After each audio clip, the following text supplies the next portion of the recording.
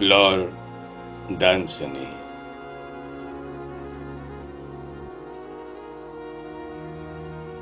Los fantasmas. La discusión que sostuve con mi hermano en su gran casa solitaria escasamente interesará a mis lectores.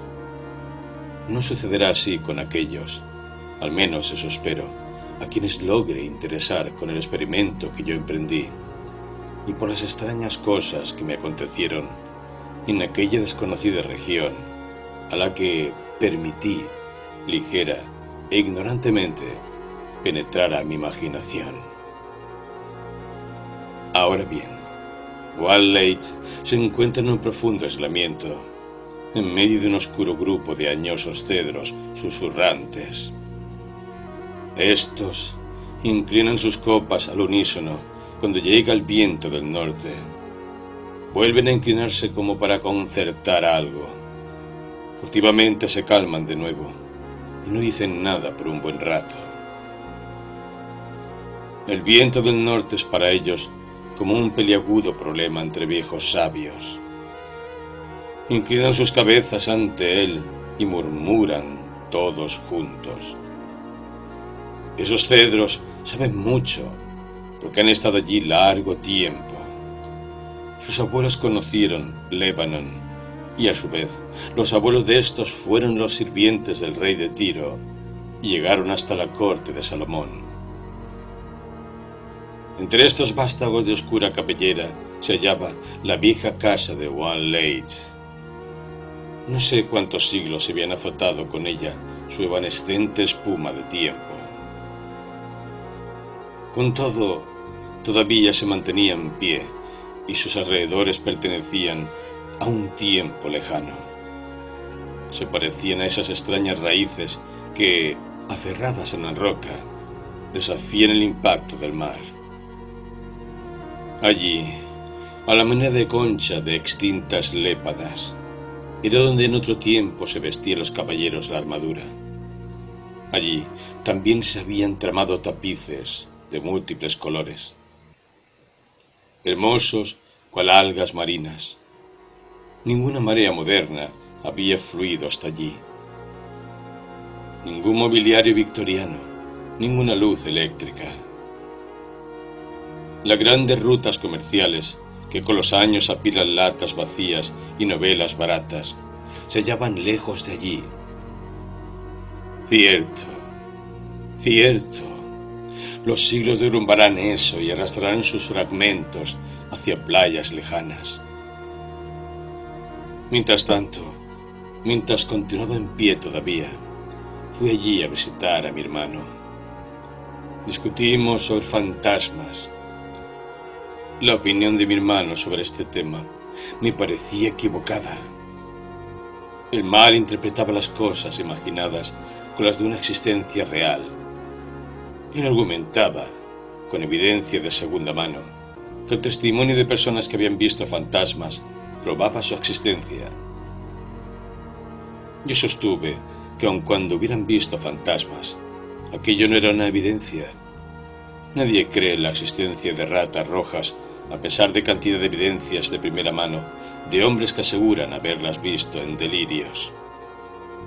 Por último, declaré que tendría que ver a los fantasmas por mí mismo, y seguí negándome a aceptar su existencia real.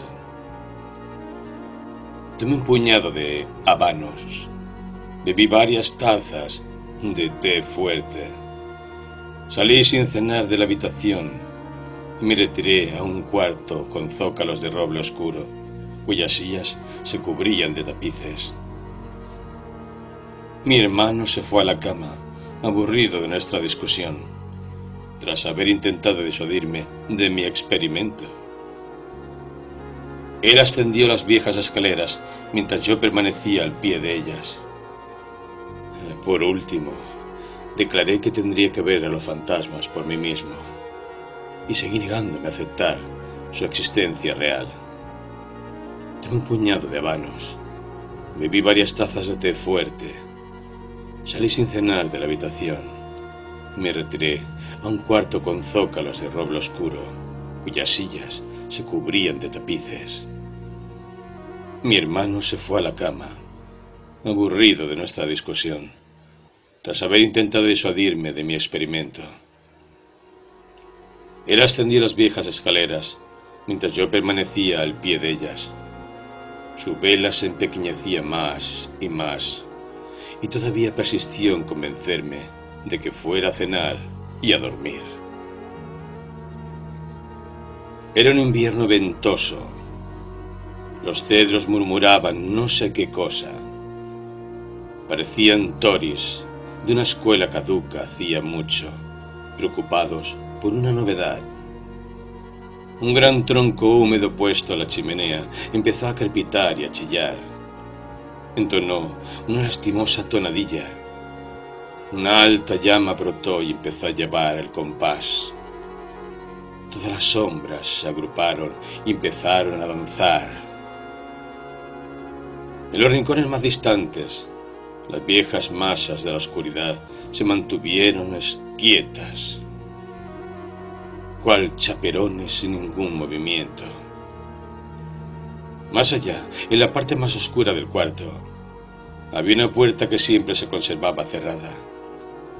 Conducía a un pasillo que nadie transitaba. Cerca de aquella puerta había ocurrido algo, cierta vez, que consistía en una mancha para la familia. No se hablaba de eso. Allí, a la luz del fuego, se recortaban las formas venerables de las viejas sillas. Las manos forjadoras de sus tapices yacían bajo tierra. Las agujas con las cuales la habían tejido estaban convertidas en hojuelas de mono. Ahora nadie tejía en aquel viejo cuarto. Nadie sino antiguas y asiduas arañas que, observando el lecho de muerte de las cosas de antaño, hilaban mortajas para conservar sus restos. El núcleo de los frisos de roble, apolillados, yacía bajo mortajas dispersas. A buen seguro, en una hora semejante, en un cuarto semejante, una fantasía excitada por el hambre y el té fuerte podría ver los fantasmas de los antiguos habitantes. Yo no esperaba otra cosa. El fuego oscilaba y las sombras danzaban. Recuerdos de extraños sucesos históricos se despertaron con vividez en mi mente. El reloj de 7 pies de altura dio solemnemente la medianoche y nada sucedió. Mi imaginación se conservaba tranquila. Me invadió el frío de la madrugada y ya casi me había abandonado al sueño, cuando del pasillo adjunto se acercó el crujido de unos vestidos de seda, ansiados y esperados. Entonces, de dos en dos, entraron unas damas de noble cuna con sus galanes de los tiempos jacobinos. Eran poco menos que sombras muy dignas y casi informes, pero todos ustedes ya han leído historias sobre fantasmas, de modo que casi no hay necesidad de describirlos. Así pues, entraron varios de ellos, ocuparon las viejas sillas, quizás un poco despreocupadamente, si se toma en cuenta el valor de los tapices. Después, cesó el crujido de sus vestidos. Bien, había visto fantasmas, y no estaba ni asustado ni convencido de que existieran. Estaba a punto de levantarme de la silla para marcharme a la cama cuando llegó desde el corredor un sonido de pasos, un sonido de pies desnudos acercándose hacia el piso pulido. De vez en cuando se percibía que alguien resbalaba, arañaba el piso de madera como un cuadrúpedo y luego reganaba el equilibrio. No estaba asustado, sino inquieto. Las pisadas se acercaban al cuarto en el que yo estaba. Hoy después que unas como aletas expectantes olfateaban el aire. Quizá inquieto no sea el término adecuado a mis sentimientos de ese momento. De súbito, una manada de criaturas negras, más grandes que podencos, llegó galopando. Tenían largas orejas caídas, pegaban sus hocicos al suelo, se dirigían hacia los caballeros y las damas de antaño y se inclinaban ante ellos en actitud irritada. Sus ojos eran horriblemente brillantes y muy profundos. Cuando los miré, supe repentinamente quiénes eran esas criaturas y tuve miedo. Eran los pecados, los sucios, inmortales pecados de aquellos hombres y mujeres cortesanos. Qué reservada estaba la dama sentada cerca de mí, en una antigua silla. Qué reservada y qué bella para merecer tener al lado, con las quijadas en el regazo, un pecado de semejantes ojos rojos. Un claro ejemplo de asesinato. Y ella, la dama del pelo dorado, seguramente ella no... Sin embargo, aquella temible bestia de ojos amarillos se aparta de ella para dirigirse hacia aquel cortesano y, cada vez que se le aparta, marcha hacia otro. Más allá, una dama trata de sonreír mientras acaricia la aborrecible y espesa cabeza del pecado de otro, pero uno de los que le pertenecen se encela y va a echarse a su vera. Allí se sienta un viejo noble, con su nieto sobre las rodillas. Uno de los grandes pecados negros del abuelo lame la cara del niño y lo hace su esclavo. En momentos, un fantasma se mueve y busca otra silla, mas su montón de pecados sigue tras él.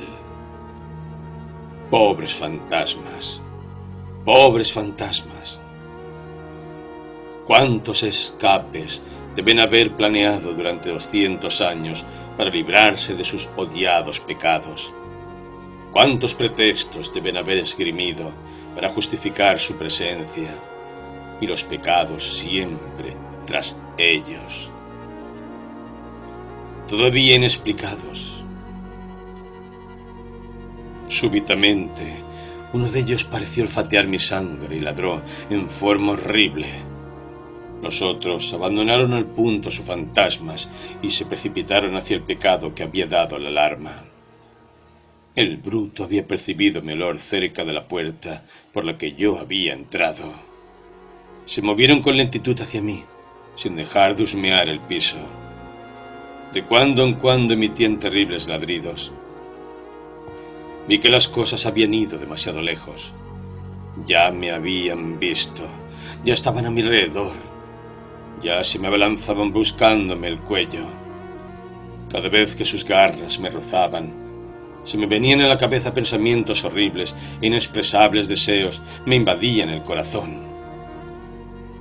Planeaba actos bestiales, mientras aquellas criaturas saltaban en torno mío, y los planeaba con inigualable astucia. Un gran asesinato de ojos rojos se encontraba entre las primeras de esas cosas peludas de las que defendía con debilidad mi cuello. Repentinamente, me pareció laudable que yo matara a mi hermano. Me parecía importante no correr el riesgo de ser castigado por mi incredulidad. Sabía dónde estaba guardado un revólver. Después de haberle disparado, vestiría el cuerpo y le pondría harina en la cara, como hace un hombre que ha estado jugando al fantasma. Sería muy simple. Alegaría que me había asustado. Los sirvientes no habían oído hablar sobre fantasmas. Quedarían 2 o 3 detalles por resolver, pero nada escapaba a mi mente. Sí, me parecía muy conveniente matar a mi hermano. Al mirar las rojas profundidades de los ojos de aquella criatura, hice un último esfuerzo al caer derribado. Si 2 líneas rectas Pensé, cortan otra. Los ángulos opuestos son iguales, dejando que AB, CD se corten en E.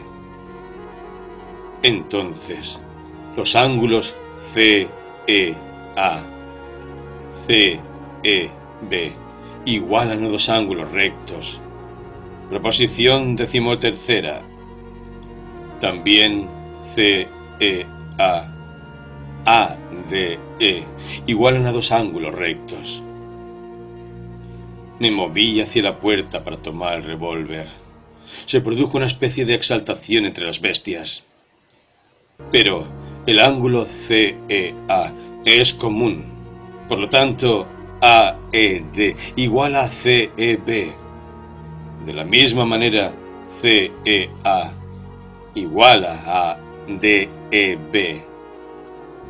QED. Estaba probado. La lógica y la razón se restablecieron en mi mente. No vi oscuros podencos de pecado. Las sillas tapizadas estaban vacías. Me pareció inconcebible el pensamiento de que un hombre asesinara a su hermano.